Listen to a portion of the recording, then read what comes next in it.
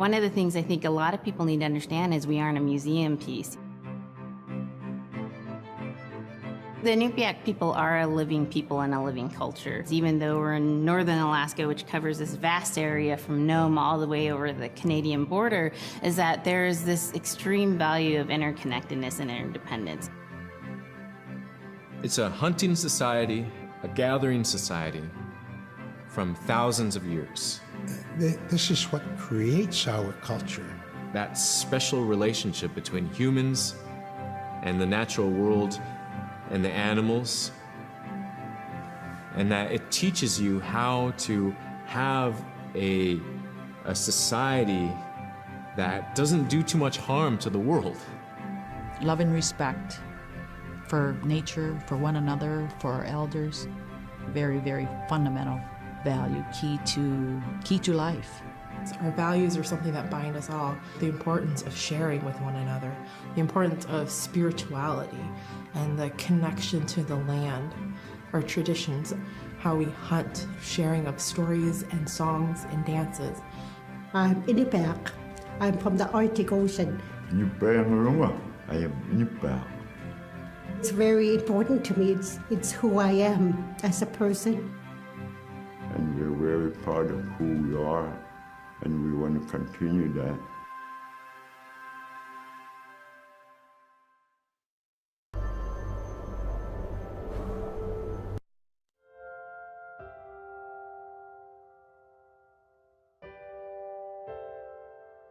It'd be busy, busy, busy all through the day. You get up and you just go right to work, right to work. There's always something to do. There's never any idle time. The only idle time we had was after we eat and before we go to bed. One of the older people would be relaxing, laying down there and saying, it'd be really nice to hear a story. And then just organically, someone would just start telling a story. Storytelling for the Iñupiat people is very important because it not only created that sense of community, but is a way to pass on wisdom to the next generation. It was like TV, It was just like, it was as good as any movie you've ever seen. And the storyteller told it so clearly that it was just as powerful as any of the greatest movie blockbusters you've ever seen.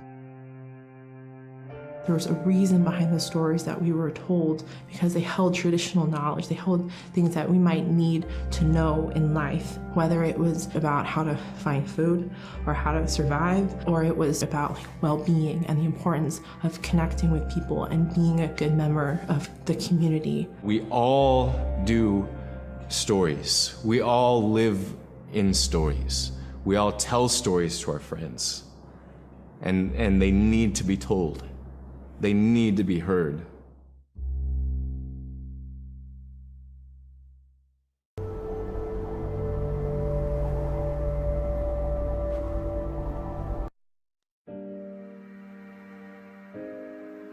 So scrimshaw is this really beautiful method of art that's done either on baleen or ivory, and traditionally it was used to tell stories.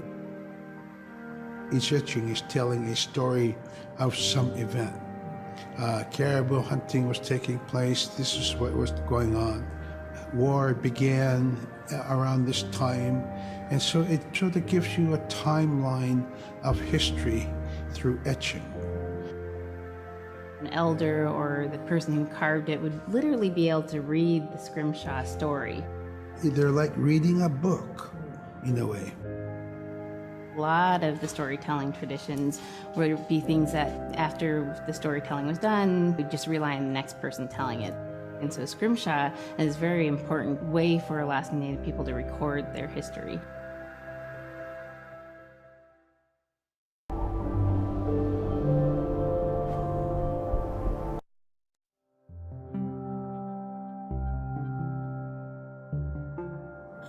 When I was growing up, my grandpa had a pet white fox. If you're a good friend with a fox, when there's danger abound, they try to keep you from getting into trouble. They pull tricks here and there. And foxes are like spoiled little kids in a way. When you let her out, she'd go prancing out in the snow, jumping in the air. I know she was happy then. Come running at me and jump on my chest, knock me backwards, lick my face, and I try not to let it. So that was my memory of my grandpa's pet fox.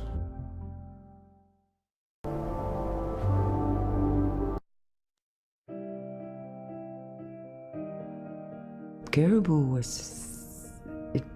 it provided for us in many ways. Our clothing in those days was made of all caribou skin. I grew up wearing caribou pants, mittens, caribou skin mattress, blankets. Some people had boots that were made with wolf leggings, sealskin sole bottoms. Baleen was shaved to make insoles. They kept us quite dry and warm as well. But the caribou skin clothing was the best. We would get as many yearlings as we could for our outer clothing. And for a heavy winter, we would get caribou in February or March because the hair was the longest and the skin was the thickest, and we would use those for our winter gear. With that stuff on, you could sleep outside in 50 below and it wouldn't bother you a bit.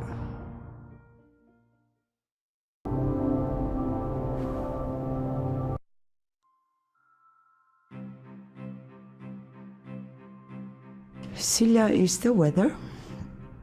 It also means the atmosphere. Here's the nuna, or the land. And it's anything from the land into the moon, the sun, the stars. That's Silla. It's a very spiritual, and we have a relationship with Silla. Silla has a soul in the same way we do as people, in the same way animals do.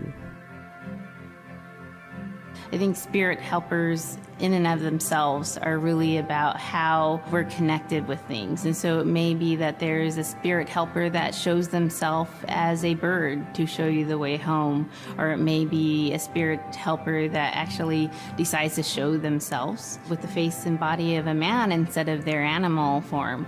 And so I think one of the things that's hard to understand is that it's not one way of seeing things, it's one way of knowing you're connected to everything. We've always had that spirituality of everything around us. It's the interaction you have with the air you breathe, the ocean that you gather resources from, the rivers from which you gather fish, the tundra from which you pick berries, the animals that give themselves. It's all of that.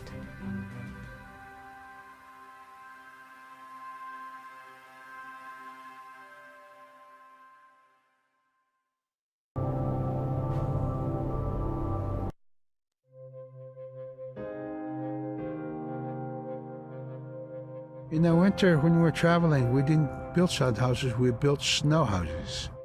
In Canada, they call them igloo, but here in Alaska, we call them apuya. We'd do a day of travel, and then we'd make a apuya. The next day, my father would set traps, spend the day there, rest the dogs, give them something to eat, and then the following day, we continued to the next place. We'd go to my dad's sister, who had a house at Dubarg. They had a small sod house over there. We didn't have to do anything. We just visit with them, and my dad and my sister were glad to see each other, and they'd talk away while us kids played outside or go to sleep. By the time we get back to our home, my father would leave us with our aunt or with my grandmother, and then he'd start on his trips and go check his trap line. We were not into 8 to 5 kind of time, you know. We're in a total different kind. We're in ecological time.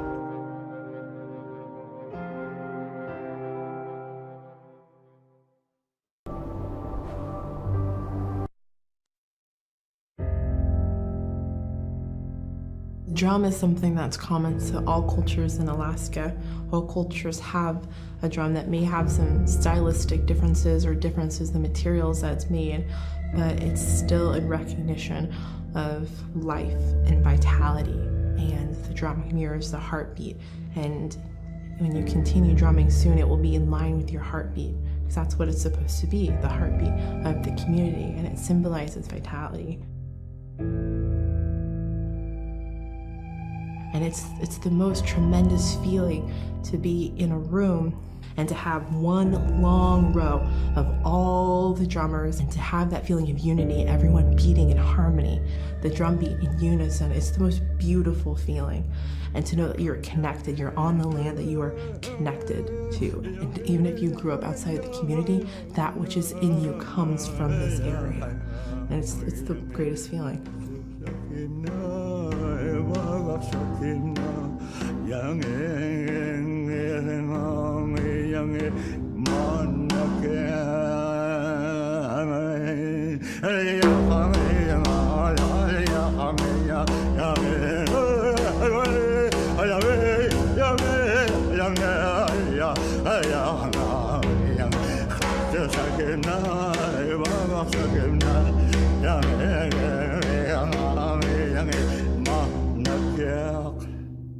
Man, I went at it and look what happens. Oh.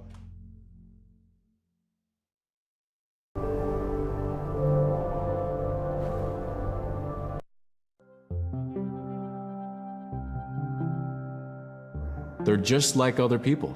They just happen to be very small and extremely strong. These are stories that are common throughout Alaska. It's normally that people are in a size from your elbow to the tips of your fingers, and they possess superhuman strength. So they may be tiny, but they can carry a whole caribou. And if you go up north and you talk to a number of the people in the community, they'll talk about having seen the little people. There's a place at home that we know, but we don't profess it to anybody. But it's not like the boogeyman. They can be mischievous, they can be ornery, or they can be helpers. And every now and then, we might have the opportunity to see them, especially if they want us to see them. The fact that it's across Alaska really tells you something about our history and how we interacted with nature around us.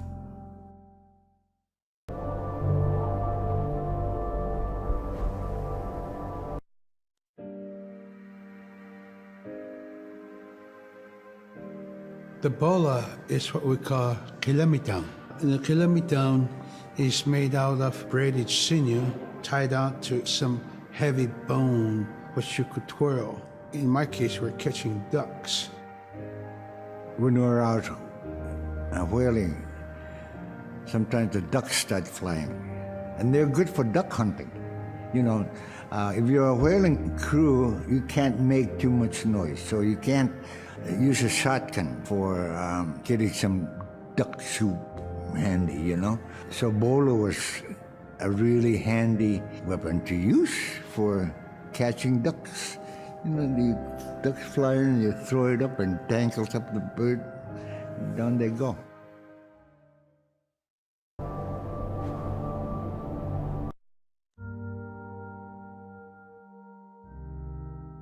The scaredest I've ever been, I was 12 years old.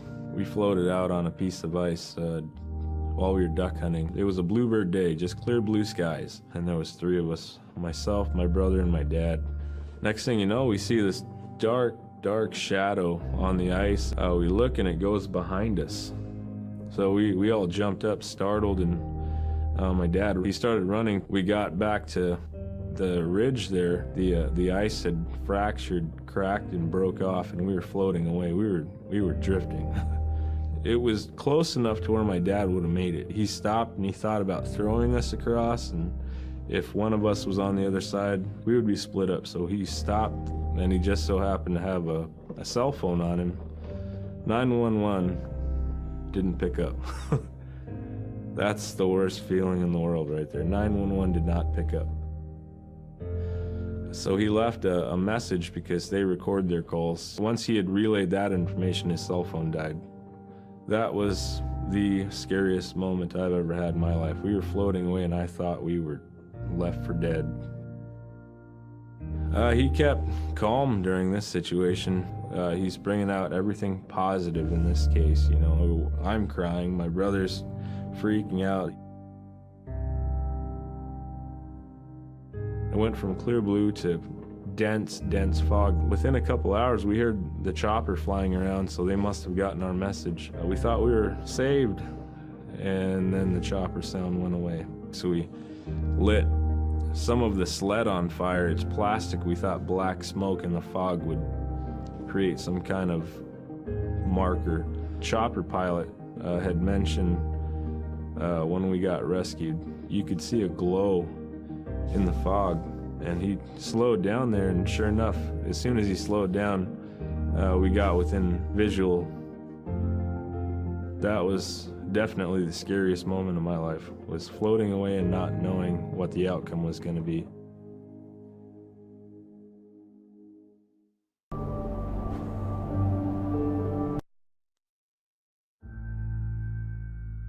We're very much aware of the climate change.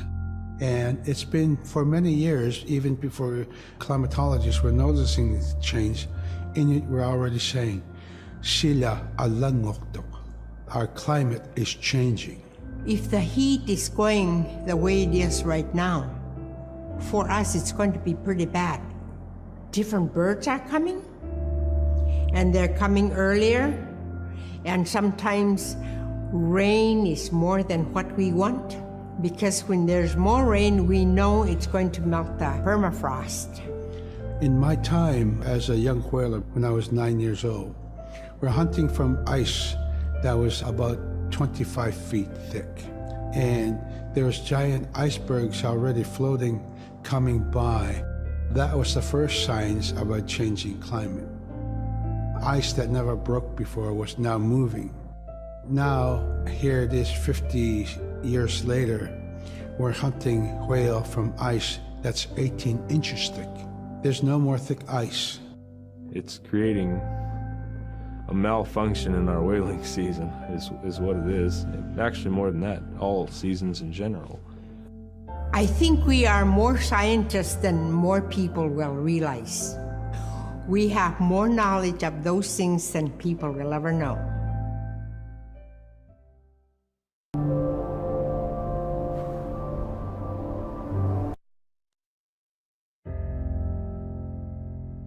My brother was out seal hunting.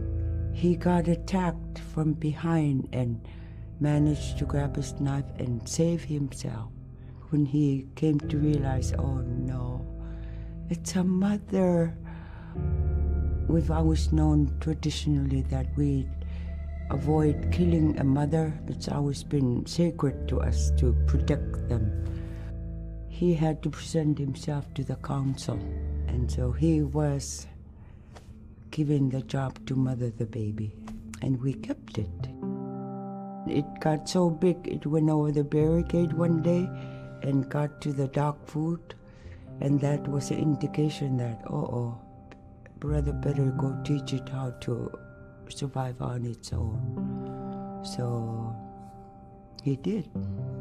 I really got attached to the bear because I more or less grew up with it. And some days when brother took him walking, once in a great while he'd put me on the bear and I would ride on it like a horse. I was just happiest little girl in the world.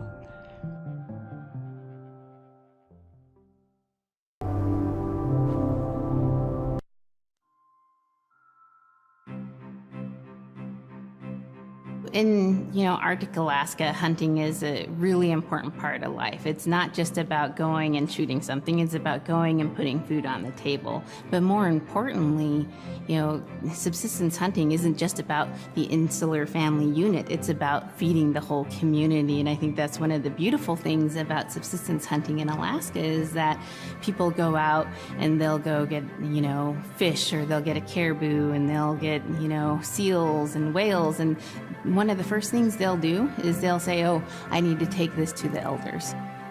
This isn't just about one individual surviving or one family surviving, it's about the whole community. We didn't just go out and kill and put in a freezer. It's like a ritual that I learned from my parents. It's all about relationship. I don't know. I think there's a lot of camaraderie involved, and just being out on the land or being out on the ocean. It's like getting back in tune. I'd rather be out there. To me, once I go out there, it's the world that I learn from.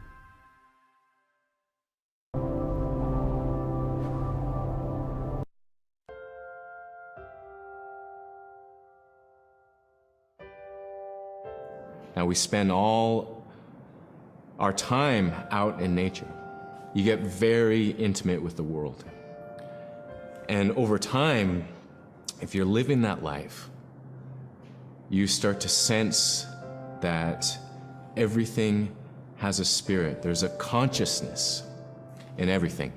Everything is alive. If everything is alive, then we want to respect it. And if we're going to use it, we want to use it respectfully. What I try to tell my nephews and nieces, you love to hunt, you have to take care of the animals that you catch, preparing the food and eating the food that you catch. Water provides you. The ice brings you life.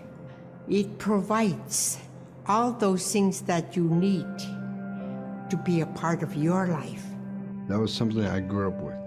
I grew up respecting the animals. I grew up respecting the land. And that, to me, that is why we as Iñupiat, as an Iñupiat culture, as an Iñupiat people, is why we're so successful.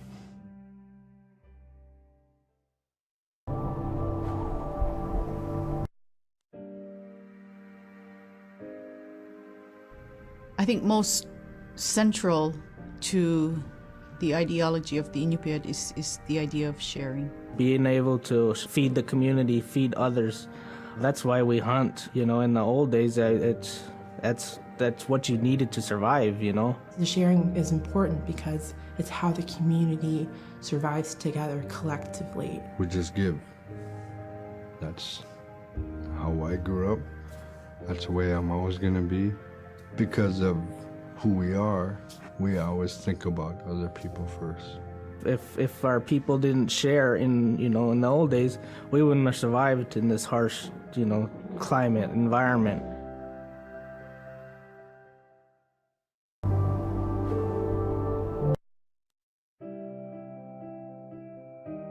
We have Big Diamond, Little Diamond, and King Island. And in those three islands are the stepping stones to get to America. So King Island is this absolutely beautiful place off the coast of Alaska. And if you can imagine being on this really kind of rocky island that kind of shoots up from the water to these cliffs, and then all of a sudden you see these stilts, and then you look up and there are these houses. They were built on the cliff up high because of the ice. Being an island in the Bering Sea, you have ice that's being pushed by the winds onto the island. So it's going to pile up 50, 60 feet high. Structures are still there today, and people have returned to King Island. It's a growing community as the people return back to their island.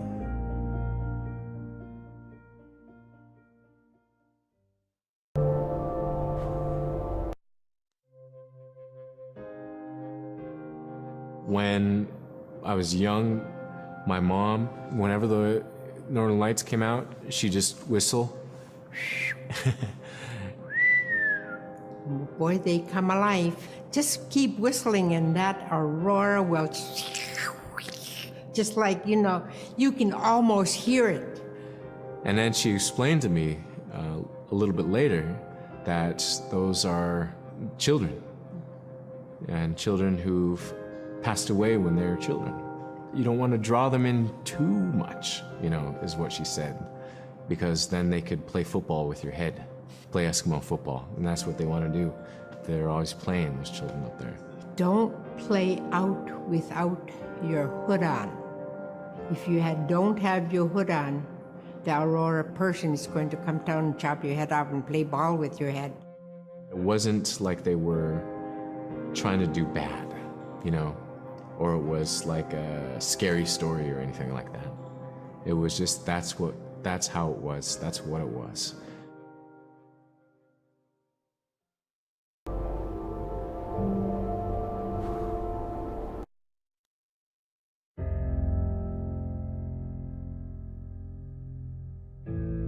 In the month of November, there's no sun. So during that dark time, we travel by the light of the moon. It's quite different. Everything was silver and black. Toward the horizon, we could see where caribou are because their body heat flowing upward, and we could see it glowing in the moonlight against a dark horizon where there's no stars. If somebody yelled, you could know who yelled from where the sound came from, but specifically where that cloud of their breath went up and it glowed in the moonlight. So that was a good time to travel. It was very surrealistic. And so things that were dark objects looked very close, and white objects looked very far.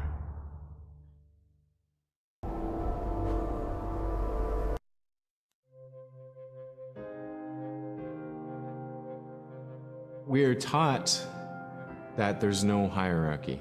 It's not everything else and then man, you know, humans on top, and they're separate from everything. We're taught that everything is equal, and that all the animals have a human form or can be seen in a human form. And so they have just as much or more intelligence. You know, in fact, have a lot to teach people. And so that's how these transformations can happen. It's if the animal wants you to see it in its human form. There's a story where a man comes up to an ice hole, and then there realizes there's another man in his parka that's got stuck in the net, you know, and is just stuck like that. Oh, can you let me out? Please help me, you know. And so then he lets the man out, but then realizes that was actually a seal. That was a seal man. And just because that seal wanted that help, that seal allowed itself to be seen in human form.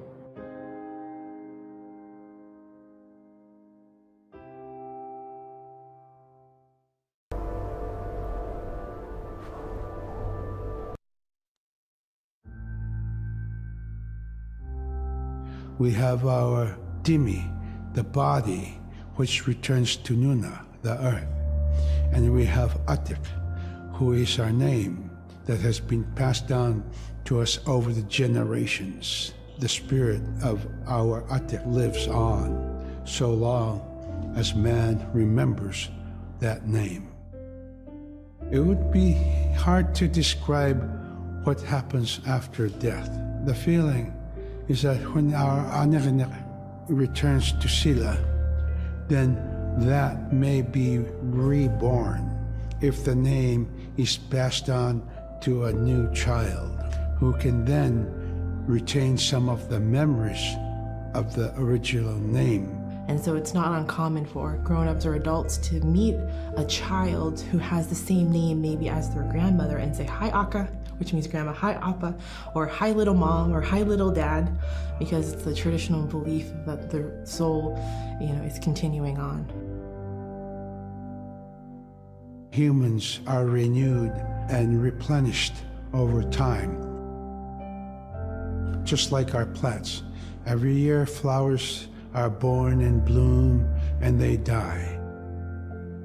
Next year, they are born again.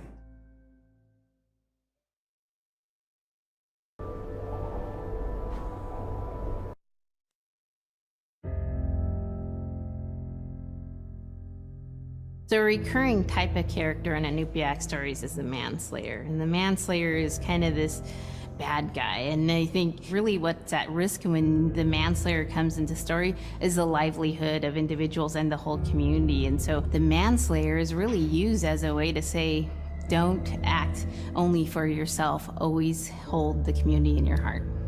Oftentimes in these stories, there is one person that will stand up.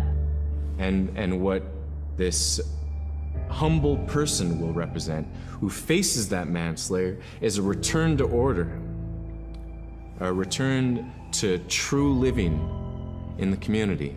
And it just takes that one person. It could just be that one person that can help to change everything. Because everyone wants to live a good life. Everyone wants to have a good community.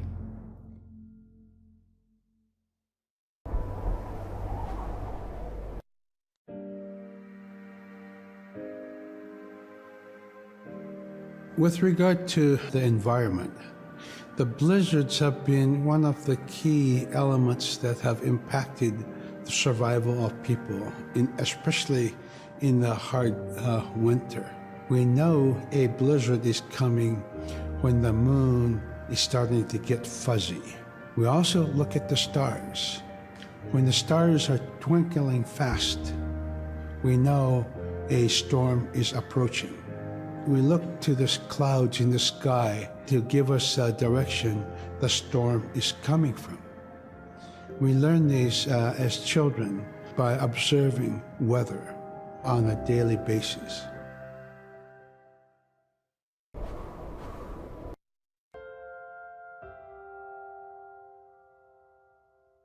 With the story of Kunuk Sayuka, told by Robert Cleveland, it's just a masterwork. It's a well-known story among the Iñupiat people, and in our case, of producing a video game that really reflects indigenous heritage. It captures the imagination, and it's something that you have a very specific kind of task to do. There's a blizzard, you know, and it is just a non-stop blizzard that is overpowering the people. And there's one man that wants to figure it out. And in our case of the story, it's a girl that wants to find the source of that blizzard. The blizzard man, it's like that is the physical embodiment of an element of nature. And so there's a person that needs to go up and take away that adze, that's chipping away that snow. In that community, the person least expected is the one who stands up and makes the difference. Humility is something that we value, and where that comes from is the idea that you are not the biggest thing in the world. And when you live in an extreme environment like where the Inuit reside, you're at the whim of the environment, of the climate, of the animals. You can be as prepared as you can, by learning from your elders that, you're not the biggest force in the world.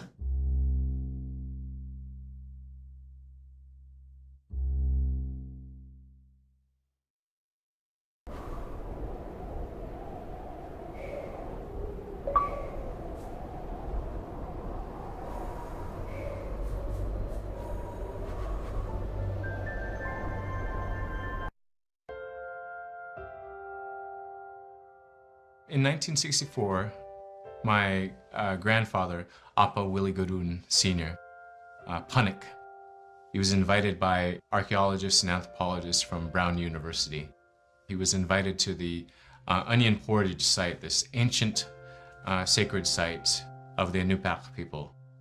And it was really special for my grandfather to be included in that kind of thing because it showed the respect they had for him, for his knowledge, for what he had to offer. And while they were there, while they were camped out there, when they had some quiet time, he told some stories. One of the stories that my grandfather told was the story of the Coastal Brothers.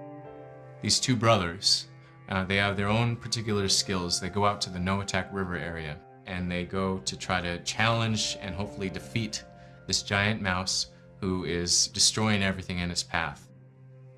The development team really took a great interest in the story that my grandfather told because it really enhances those themes that we found in Never Alone. one of interdependence, another of Iñupiat values. Love of our elders and of our land and of our traditions. I mean, it helped to really bring that out. And so that's one reason why it really captivated the interest of the team.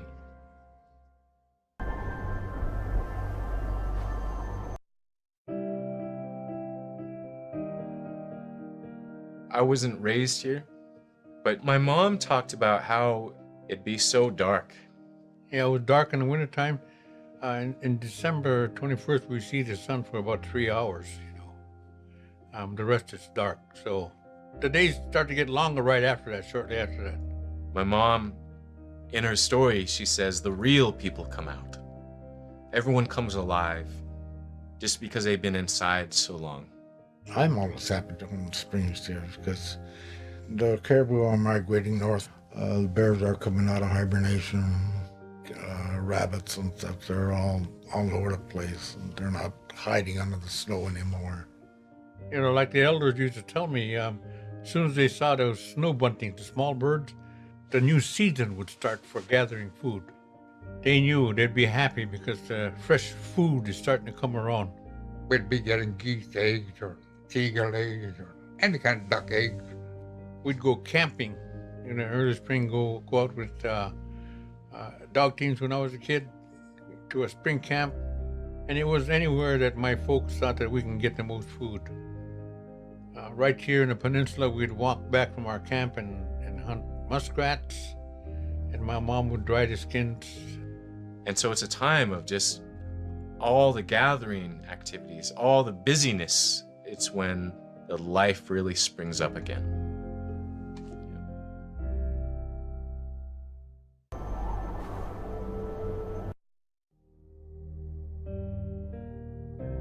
Because we're all Iñupiats, upriver, along the coast, I'm considered coastal. Tarir mi means I'm next to the ocean. Kung mi is up the river. And I'm proud to be a Tarir mi because I can hunt out there where those guys can't. I was taught to be aware of all the conditions out there. In fact, a friend of mine, an elder, he's passed away since. One year he came down, he had a small boat, just as the ice was going. He followed the ice down from Cayena, okay? And he came down, he says, Willie, I come down just to go see how you guys hunt. Let's go. I said, okay. I got my boat ready and we took out. And the ice was moving out there, big chunks and that kind of stuff. So there was one area over on the Kuzentern side I was watching, being aware of how the ice was moving, how fast the current was moving, that kind of stuff. Automatically, I was taught that by my dad. I was really watching and everything. I said, we got to get out of here. And he looked around and said, how come? I said, our way to get out of here is closing up. So I took off. And he was right behind me. I went through okay, and then he went through, and he said he looked back after we went through, and the ice came up. It came together and came up like that. And he shook his head when we came back, and he said, I will never question the price of seed oil again. I see the danger you guys go through. If you don't know what you're doing, bad things can happen to you out there. Yeah. That's a great story. Well, it's the truth, Yeah. what I went through.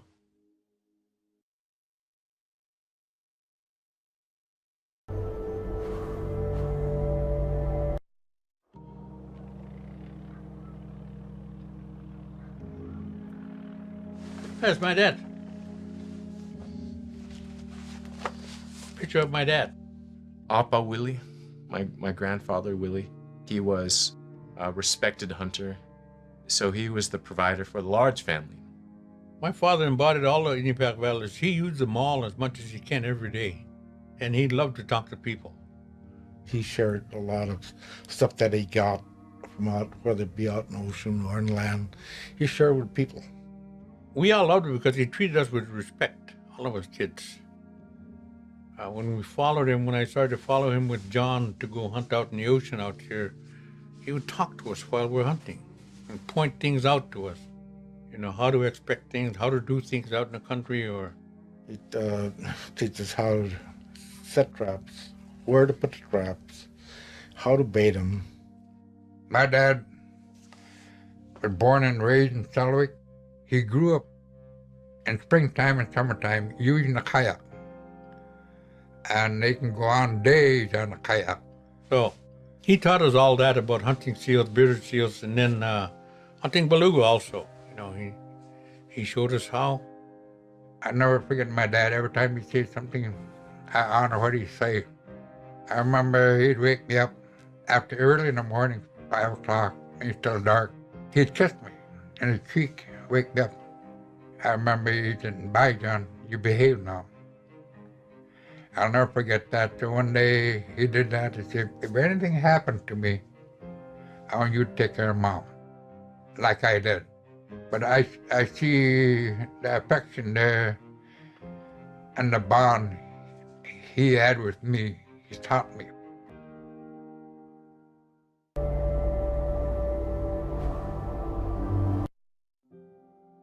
So to really reinforce Iñupiat values, the things that our elders identify that's important to them, we really thought of respect for all things, respect for the animals in particular in this case. And so we've added a prelude to the story. An experience with a little mouse is where Nuna and Fox, they forget to respect this little mouse.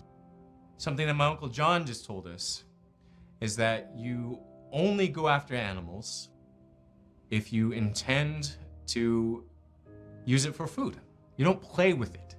You don't mess around with it or tease it, even if it's all in fun. Well, once Nuna and Fox defeat the giant mouse, that's when they learn their lesson, where the mouse comes back to them, their little mouse, their friend. And this story really, it's about respect for all things, respecting all animals all the time, never forgetting to respect them. And that's an essential Iñupiat value. It's one of the key things that our elders always talk about.